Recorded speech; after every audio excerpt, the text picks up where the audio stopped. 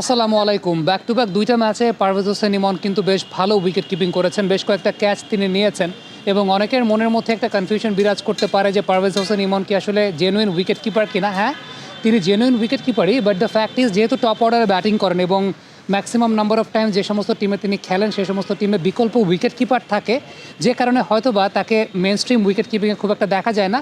Last Dhaka premier division cricket লিগে তার টিমে মোহাম্মদ মিথুন ছিল, তার আগে প্রাইম ব্যাংকে যখন খেলেছিলেন তখনও মোহাম্মদ মিথুন তার টিমে ছিলেন, তার আগে যখন লেজেন্ডস অফ রূপগঞ্জের হয়ে খেলেছেন তখন ইরফান শুক্কুর উইকেট কিপিং করেছেন। সো আলটিমেটলি ইমনের আসলে উইকেট কিপিং করার ওইরকম বেশি প্রয়োজনীয়তা হয় না। ইভেন রংপুর রাইডার্সেরও আমার মনে আছে যে শোয়েব মালিক একটা ম্যাচে ক্যাপ্টেন্সি করছিলেন, নুরুল হাসান সোহান ছিলেন না। ওই ম্যাচটাতে খুব সম্ভবত দুটা ম্যাচ আমরা পারভেজ হোসেন ইমনকে দেখেছিলাম উইকেট কিপিং করতে। তবে ইমন আসলে জেনুইন উইকেট কিপারই, কিন্তু খুব বেশি প্রয়োজন তার হয় না, যেহেতু টপ অর্ডারে ব্যাটিং করেন এবং টিমে বিকল্প উইকেট কিপার থাকে। সো আলটিমেটলি তিনি উইকেট কিপিংটা করেন না। তবে এই বিপিএলে দুটো ম্যাচে আমরা দেখতে পেয়েছি যে যেহেতু আমার কাছে মনে হয় 4 নম্বরে ব্যাটিং করছেন রনি তালুকদার, টপ অর্ডারে ব্যাটিং করছেন, সেই কারণেই হয়তোবা ওই প্রেক্ষাপট বিবেচনা করে পারভেজ ইমনই উইকেট কিপিং করছেন। এটা তাদের মধ্যে একটা সমন্বয় করে তারা নিয়েছেন। তবে এই উইকেট কিপিংটা যেটা নিয়মিতভাবে না করলেও তিনি তার বেসিকের জায়গাটা ঠিক রেখেছেন এবং বেশ ভালো উইকেট কিপিং তিনি করছেন। আপনারা এরই মধ্যে পর্দায় দেখে ফেলেছেন কতগুলো ক্যাচ তিনি নিয়েছেন এবং প্রত্যেকটা ক্যাচের ক্ষেত্রেই তার উইকেট কিপিংয়ের চমৎকার স্কিলের বহিঃপ্রকাশ আমরা দেখতে পেয়েছি। একটা খুব ইম্পর্টেন্ট ব্যাপার আপনাদের সঙ্গে শেয়ার করতে চাই। আমাদের নর্মালি ভিডিওগুলোতে আমরা চেষ্টা করি যে ইয়াং ক্রিকেটার্সরা কী শিখতে পারেন সেই বিষয়গুলো নিয়ে আলোচনা করার। ইমন যখন উইকেট কিপিং করছেন, বোলার যখন দৌড়ে আসছেন, ওয়েদার তিনি আসলে ক্রাউচিং পজিশনে থাকছেন অথবা স্ট্যান্ডিং পজিশনে থাকছেন, যেভাবেই থাকেন না কেন, বাই দ্য টাইম বল ব্যাটের সংস্পর্শে আসছে আপনি সবসময় দেখবেন যে পারভেজ ইমন কিন্তু উঠে দাঁড়িয়ে গেছেন। ইমন তার রেডি পজিশনে চলে গেছেন বাই দ্য টাইম যখন বল ব্যাটের সংস্পর্শে আসছে, এবং সেটা প্রত্যেকটা ক্ষেত্রেই তিনি ক্রাউচিং পজিশন থেকে উঠে দাঁড়িয়ে গেছেন তার স্ট্যান্ডিং পজিশন এবং তার রেডি পজিশনে চলে গেছেন।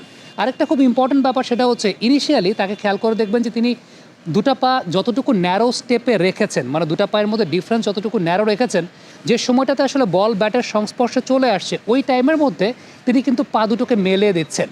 অর্থাৎ আমি যদি ঠিক এই মুহূর্তে আপনাদেরকে দেখাই ঠিক এই জায়গাটা থেকে, যে এই জায়গাটা খেয়াল করে দেখবেন যে যখন তিনি এই পজিশনটায় দাঁড়াচ্ছেন, যে সময়টাতে আসলে বল ব্যাটের কাছাকাছি চলে আসছে তার আগেই এরকম আরেকটা স্টেপ দিয়ে তিনি আসলে রেডি পজিশনে চলে যাচ্ছেন, অর্থাৎ পাটাকে তিনি অনেক বেশি মাত্রায় ওয়াইডার করে ফেলছেন। এই বিষয়টা ইয়াং ক্রিকেটার্সরা কিন্তু চাইলে শিখতে পারেন, তারা তাদের মতো করে বেসিক রেডি করতে পারেন। বাট বেসিক যে বিষয়টা ইম্পর্টেন্ট সেটা হচ্ছে by the time the ball hitting the bat, এর মধ্যেই কিন্তু তার রেডি পজিশনে চলে যাওয়া, এবং সেক্ষেত্রে প্রথমে একটা ন্যারো পজিশনে দাঁড়িয়ে থাকার পরও আফটার দ্যাট কিন্তু তার পাটাকে স্প্রেড করে ফেলছেন। বাবা, এত এনার্জি কই পাও? এই পাওয়ার চুমুকে অ্যাকশন। এই জায়গাটার কারণে যে বিষয়টা ঘটে সেটা হচ্ছে যে একদম খুব তাড়াতাড়ি রেডি পজিশনে চলে যেতে পারছেন। তাকে যতগুলো ডাইভিং এফোর্টে আমরা ক্যাচ দিতে দেখেছি, এটার পেছনে অন্যতম বড় কারণ কিন্তু আগেভাগে রেডি পজিশনে চলে যাওয়াটা, এবং রিফ্লেক্সের জায়গাটা মূলত কিন্তু আসে আপনি কতটুকু রেডি পজিশনে যেতে পারছেন তার উপর ডিপেন্ড করে।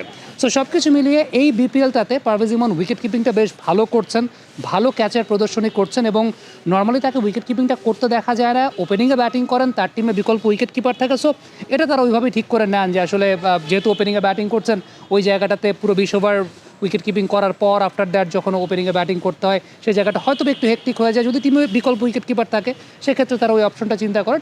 এবার আমার কাছে ব্যক্তিগতভাবে যেটা মনে হয়েছে, রনি তালুকদার যেহেতু টপ অর্ডারে ব্যাটিং করছেন, ইমন যেহেতু 4-এ ব্যাটিং করছেন, কিপিংয়ের জায়গাটা তারা কিন্তু আলটিমেটলি শিফট করে নিয়েছেন, অল্টার করে নিয়েছেন। কারণ 2022-23 ঢাকা প্রিমিয়ার লিগে কিন্তু রনি তালুকদার এবং পারভেজ হোসেন ইমন দুজন একই টিমে ছিলেন, মোহামেডানের হয়ে খেলছিলেন। তখন রনি তালুকদার উইকেট কিপিং করছিলেন, তখন পারভেজ ইমন উইকেট কিপিং করেন নাই। এবার ইমন উইকেট কিপিং করছেন, রনি তালুকদার উইকেট কিপিং করছেন না। এটা মনে হয় ব্যাটিং অর্ডারের ওই শাফলিংয়ের জন্য তারা ওইভাবে ঠিক করে নিয়েছেন। But he is doing good, he is doing really good. এর মাধ্যমে একটা বিষয় প্রতীয়মান হয় যে বাংলাদেশ ন্যাশনাল টিমেও চাইলে যদি কখনো লিটন কুমার দাস মনে করেন যে ঠিক আছে এই ম্যাচটাতে তার কিপিং করার চাইতে পারভেজ ইমনের কিপিং করাটা বেটার অপশন হতে পারে প্রতিপক্ষ বিবেচনায়, কিংবা কোনো দিন হয়তো বা তার বডি ওইভাবে রেসপন্স করছে না, সেই অপশনটা কিন্তু বাংলাদেশ টিমের হাতে আছে বলে আমার কাছে মনে হয়। কমেন্ট বক্সে আপনাদের মন্তব্য মতামত জানতে চাই, কেমন লেগেছে পারভেজ হোসেন ইমনের উইকেট কিপিং।